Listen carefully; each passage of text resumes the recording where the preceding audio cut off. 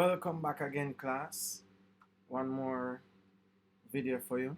Now we finish up chapter one, and it was a really good chapter because what I like about chapter one is that it's a great introduction into what we're about to see.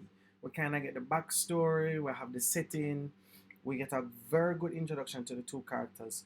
Now we're about to go into the world of the ranch life and interact with all these other characters and see just how these characters, which is George and Lenny, live with other people, how they manage. We know now a lot about the issues, the dreams and aspirations, the friendships, but how are they now going to survive in the actual world? And that's where we have to kind of start matching out now what's important, how certain themes come about, and things like that. Cool. Now we're going to go into chapter 2, called section 2, because it isn't really written like chapters, but they are separated as sections. Now, the summary that we have for section 2, again, in this version of Mice and Men, and it goes as such. The next day, George and Lenny arrive at the ranch and go to the bunkhouse where they meet most of the other main characters in the story. Candy, an old swamper with only one hand, Curly, the boss's son, the boss, who is suspicious that George will not let Lenny speak up for himself, Curly's beautiful young wife who flirts with the other men, Slim, the top ranch hand who is respected by all other hands, and Carlson, another of the established hands. Slim is friendly towards George and Lenny. Slim's bitch dog has recently given birth to pups, and Lenny begs George to ask him if he will give one to Lenny as a pet. Now, even in the summary, a lot of things come out. We get to see all the characters listed out, but we get to see certain little personalities. Candy being the old swamper who only has one hand, but he's still working there, which shows that there's a level of loyalty there, right? Um, the young wife, Curly's beautiful young wife who flirts with the other men. So we kind of have a little, maybe a little drama going on there, something to foreshadow, right? Slim, top ranch hand who is respected by all other hands. So now we know who the rest of the ranch will look up to, who they will talk to, who they can relate to. So we're actually seeing a little bit of the ranking that is happening here. And then we have Boss, who we only know as Boss, and the boss's son in this chapter. We'll also realize that one of the dogs, the bitch dog, has some pups. We already know that Lenny likes small animals and furry things, and he's very childlike.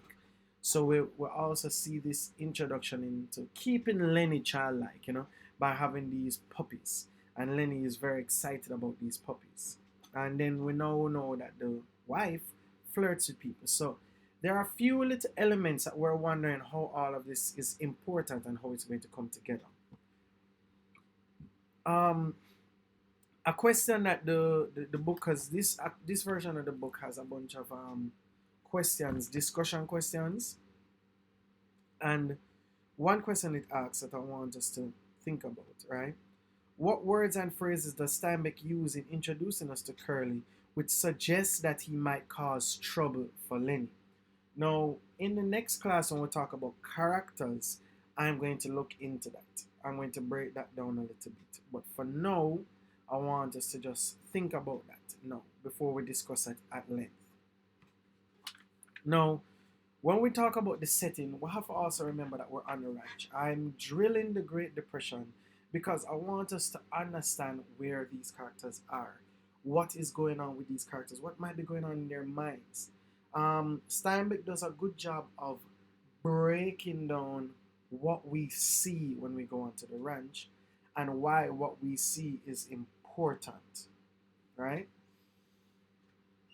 Now let's look on that first page. That first paragraph is actually very descriptive, and we're going to look into that description itself.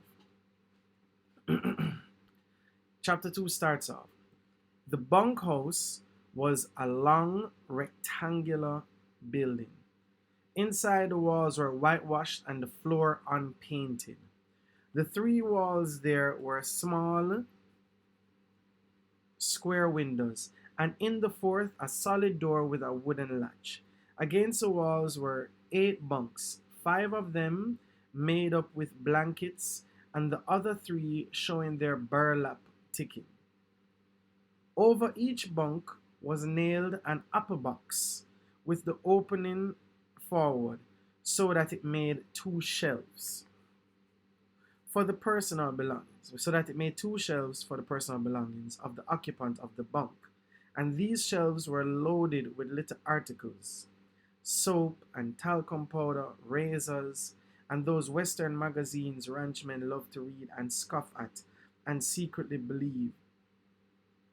And there were medicines on the shelves and little vials, combs, and from nails on the box sides, a few neckties. Near one wall there was a black cast iron stove, its stovepipe going straight up through the ceiling. In the middle of the room stood a big square table littered with playing cards, and around it were grouped boxes for the players to sit on. Now, why this is important? Why this is important is because we could just say they're in a bunkhouse. We could just say, here are the characters, this is where they are. But Steinbeck kind of wants you to see just how rundown this situation is, just how bad the situation is, and what they actually have to go through in this situation. You understand? They're not going to a hotel, they're not going to a motel, they're not going to somebody's house, they're not even in what we could consider a nice living situation. They're in pretty squalid situations, which is due to the fact of the Great Depression. But it's almost as if there's a little bit of pride that is happening there, where despite the situation, the men who are there are pretty proud of where they are, because this is their home now. Now you look on certain little things, the floor is unpainted, right? That shows that the importance of painting the floors, because this is floorboards, and unpainted floorboards usually deteriorate quicker. And this shows that they can't even care about the deterioration of the floorboards. They have work to do, the money has to go elsewhere, and whatever money they make can't go into making the living situation better. Then now, upper boxes are used as shelves. They can't even have real shelves. The Great Depression has really killed the financial situation for a lot of these farms, where it's really just about getting the work done so that they can make ends meet. So they have upper boxes for shelves, and the personal belongings are so. It's one of those things where it's all about the important stuff, you know. A few things for hygienes, neckties, razors, you understand, soap, the talcum powder, because they didn't really have deodorant back then, so they would use talcum powder on their bodies. Um, a few Western magazines, and you look on the small versions of entertainment, a few magazines, the playing cards on the table, and probably alcohol that they were going to the town to buy. Um, and again, more boxes were used for the players to sit on. What I do like, what not like, but what I want to point out though is that in this small situation that they call home, they're making it habitable, they're making it pleasurable, they're making it a happy place. And that happy place comes with playing cards, they have the stove that they can feed themselves, they have their personal belongings, and they probably spend a lot of time talking to each other. So the setting that is built here is a close-knit, not lavish situation where they just have to make do with what they have. It's one of those situations where it's just like, this is what it is, and they have to enjoy it. What this then does now is set us up for what is to come. Because they're in this little situation, this is home, it's hard for you to escape that situation. And that's where problems can come around. We'll find out who doesn't like each other, who doesn't want certain type of people in their space. How they relate to each other is important based on the setting, you know. If you don't like somebody, you might be right beside them for the whole time. You can't really escape who you don't like. And that can cause conflict, it can cause rifts. And this is what pushes the story forward, where we have to find out how do people of the Great Depression live with each other? And remember, there's a lot of the Great Depression is also a pun. So it's about the depression in the economy, but it's also about that personal depression. What is going on mentally? In chapter 1, we see that George is pretty depressed, lugging around with Lenny and not living his dreams and aspirations. So, what is going to happen with all of these people, with all of these emotions, living in such a small, uncomfortable space? This is where the setting becomes almost like its own person, its own character that's causing more misery because the setting in itself is so small and tight. Um, we also notice how the setting can lead to how people talk about each other. Um, Even during the Depression, racism was very high. And we find that the one black person who was there, who is still called nigger, with the ER, so it's not even friendly, right? And he has his own quarters because they don't even in this situation of the Great Depression, they don't want to live with a black person. And here we notice a quote. Yes, sir, Jesus, we had fun. They let the nigger come in that night. Right? So they're talking about a night where they had a lot of fun. And they're talking about this one night they accepted the black person in their space. Done pretty good too. The guys wouldn't let him use his feet, so the nigger got him. If he could have used his feet, Smithy said, Smithy says he would have killed the nigger.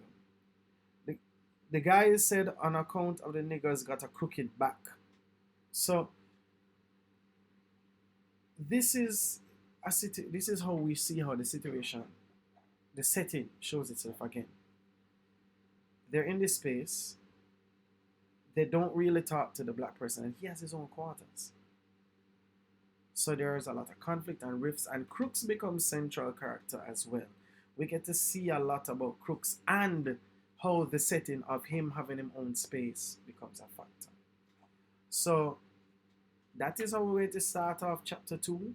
Looking at the setting, we're out of the woods, we're in this own space now, where we get to see what the ranch is like. And in chapter 2, we kind of develop a lot of characters. In the next class, we're going to focus on the characters. We did Lenny and George, but I actually want to zone in on the other characters for next class. Simo signing out.